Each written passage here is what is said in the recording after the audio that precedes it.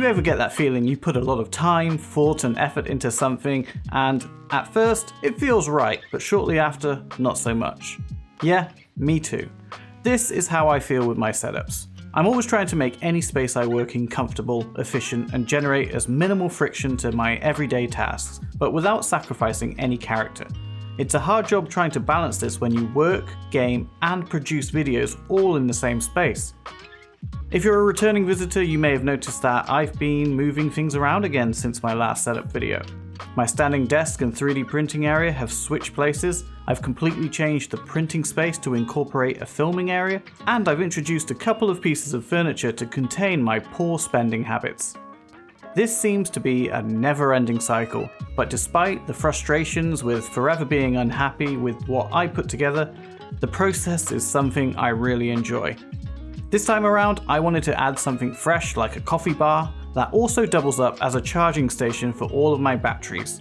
I also wanted to change up the lighting with a selection of new lamps, clean up the symmetry on my desk, hang up some photos, and once again, mess around with my 3D printers. So what sort of desk video doesn't start with the desk? I'm still happy with my hardwood walnut standing desk from my channel sponsor Vernal. Measuring 150 by 75 centimeters, this is everything I need from a desk. It's sturdy, can support up to 160 kilograms, and it raises to a decent height, but I can also lower it to a pretty low level. That's not only beneficial for shorter people, but also helps when playing FPS games as my arm isn't in any strange position or uncomfortably resting on the edge of the desk. The keypad lets me program different heights for any situation I'm in, whether I'm sitting, standing, or gaming. And on top of that, there's a whole load of optional accessories available for it. I've personally always had my desk on wheels. It makes maintaining and switching out products quicker and less straining on my body, as I can raise the desk and roll it into a much easier position to work with. I also have the pull-out drawer, which holds a few bits and pieces I regularly use, and it's honestly such a useful accessory. And to shout out my sponsor, at the time of recording this video, there is a summer sale going on right now. But if you're here late and you missed it, don't worry, you can use my code CHRIS to save yourself money, whether there's a sale or not. Right, I hope you don't mind, but I want to take a minute to talk about this monitor, and it's going to come across as a bit of a rant. I spoke about the Asus PG27 UCDM in my last setup video and praised how incredible and how responsive it is. That hasn't changed, but you know what is really disappointing about owning a QD OLED monitor? It scratches so easily. I'm really annoyed that I've got 4 marks which have appeared out of nowhere in such a short time, and none of them are covered by any sort of warranty or even with my extended insurance policy I purchased with it. For a monitor that costs almost £1,000, there was some level of expectation that the panel was somewhat more resistant to scratches. I've never scratched a monitor in my life, and because of this, I'm debating selling it in the state it is currently in and purchasing something else. If you happen to know of any 4K OLED monitors that can match this in terms of specs, or be very close without being as fragile as uncooked spaghetti, drop me a comment below. Outside of that, I'm now testing the most overkill Thunderbolt 5 dock from Ivanki. Imagine something so overkill with so many features that using it with a single monitor seems incredibly stupid and almost wasteful. Well, it is incredibly wasted on my setup at least, and I'm not ashamed to admit it. This thing has 2 Thunderbolt 5 chips in it, which ultimately means you can power up to 4 6K displays. Plus, it seems to have every possible port combination known to man, with 10GB Ethernet being one of my favourite. Compared to my CalDigit TS5 Plus, it takes up a lot more space on the desk. If this dock ticks all your boxes, you will have to factor in that you need 2 Thunderbolt ports to even use it. Luckily, it did come with a nice cable that splits in 2. The one downside, the price. At over £700 in the UK, which is more than a lot of Macs, it definitely isn't marketed towards your average consumer. Therefore, unless you're fortunate enough to have been sent one like myself, work in the creative industries, or actually use 4 6K screens, it's probably best to look at their cheaper versions or go with something like the CalDigit TS5 Plus.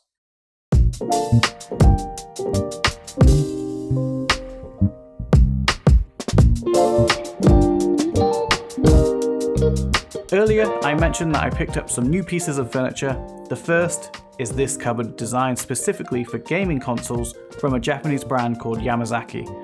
I don't actually game on any consoles, or own one for that matter, but I picked it up for the sheer fact that it has this awesome pull-out metal drawer which I could use to store a few things.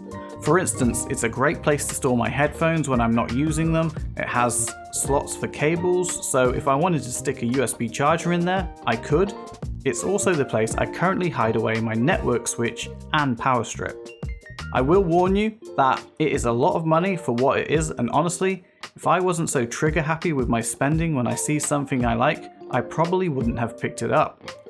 When it comes to lighting, I went a bit over the top and brought a fair few lights from IKEA, and in every single one of them I've paired them with the new Matter IKEA smart bulbs, which so far I've had zero issues with.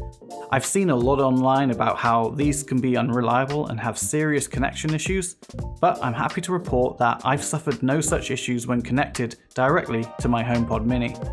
I think the reason a lot of people have issues with smart products is their Wi-Fi network isn't up to the task. About 8 months ago, I upgraded my mesh network to a Deco Wi-Fi 7 kit, and the increase in bandwidth and the new hardware has resulted in having zero issues with connectivity or reliability with any wireless products I own. So a top tip if you want to dive into smart home products, don't use them with your cheap router that your ISP supplies. Invest in a good third-party kit. Then the next piece of furniture is this little cabinet from Vernal. Now, as you are now aware, Vernal are my channel sponsor, and they're expanding their storage options to include a whole variety of bookshelves that are modular, connect together, and come in various sizes and shapes. The bookshelves even have fancy built-in lights, which I'm very much looking forward to getting my hands on in the near future when I eventually decide to change things up again in a more substantial way. I went for this small unit for a variety of reasons. This isn't the largest room and space is limited, and I had the idea to build myself a charging station, not just for batteries but for personal energy levels as well. This unit had pretty much everything I needed to do this. For a start, it was small enough to fit between the two windows while also having a large amount of storage space. The cutouts in the back meant one less DIY project, as I can easily feed cables in and out. And something often overlooked, it is a perfect match color-wise with older Vernal furniture. With that shameless sponsor plug out of the way, what do I mean by a charging station? I've recently picked up a new coffee machine, and my girlfriend argued that it took up too much space in the kitchen. Therefore, it has been forcefully rehomed in my office. Not that I'm complaining. This is the Sage Barista Express, or Breville Barista Express depending on where you're from. It makes amazing cups of coffee right out of the box, but when you spend a few hours testing different grind settings and programming the perfect brew time, you can make some really nice coffees. Honestly, I rarely buy a coffee when I'm out now, as I can make a far better cup at home. Plus, being able to just spin 180 from my desk and brew myself a coffee is peak laziness, and I'm absolutely all for it. Inside the cupboard, I've got my battery charging station on the top shelf, which is all powered by this absolute beast of a charger from Sabrent, which is much smaller than I expected when I first saw the picture. It packs a whopping 252 watts of power. This means I can charge pretty much all my camera batteries, drone, and small filming lights at the same time in quick succession. Everything on the top shelf is related to charging batteries, which I've 3D printed a lot of Gridfinity bins to keep it as clean as possible. To light things up, I picked up a couple of cheap USB light pucks, which I've stuck to the top. I've tried my best to cable manage everything, but as it's a charging cupboard, it's not going to be perfect. On the bottom shelf, I store spare smart bulbs because I impulse bought way too many, and then more camera gear and tools. This Vernal unit has become an incredibly resourceful addition to my office, and it's used every single day. And finally, let's talk about that workbench and how I've transformed what was once my 3D printing area. You may notice that my printers are now on the floor. Some people might scream at me for this, but don't worry, I moved them down here because having two giant 3D printers on a workbench in your office isn't the most visually appealing thing, especially as the H2D itself is absolutely massive and weighs almost 45 kilograms when you have an AMS unit on top. Rather than stick them straight down on carpet and potentially get the gears clogged up, or worse, start a fire, I brought myself two sets of BQ Panda Under Armours with wheels. I won't lie to you, I was skeptical about them because to me, they're very expensive for what is essentially 2 sheets of metal and some wheels bolted together. But they've made moving and working on these printers so much easier. Being on wheels has not affected any of my prints, and personally, I can't see a reason why I would use anything else now. To save a bit more space, I 3D printed this really smart AMS stand that Brandon Rainieri put together on Makeover. I'm honestly amazed at how well it works. With the printers now on the floor, my workbench can be used as a place to tinker with things, film B-roll, or use it as a backdrop for videos on YouTube. I've got a few bits and pieces on here, another lamp, a funky power strip that was randomly sent to me years ago that I've only got around to recently using, and I have some mounts where I can screw some filming gear to it. Above, I still have my Workbench shelf, which I'm sad to see they no longer sell, as I personally prefer this version to their newer version. This shelf is all about showing off random trinkets and interests. My large shelf has remained relatively unchanged. I upgraded the IKEA donut lamp to the new matte RGB version. I'm not sure, but I think I may have preferred the non-RGB version as I love the orange glass. This one is matte white, which doesn't really have the same vibe. Switching that out was probably a mistake, at least this one is Matter enabled so I can control it from my phone.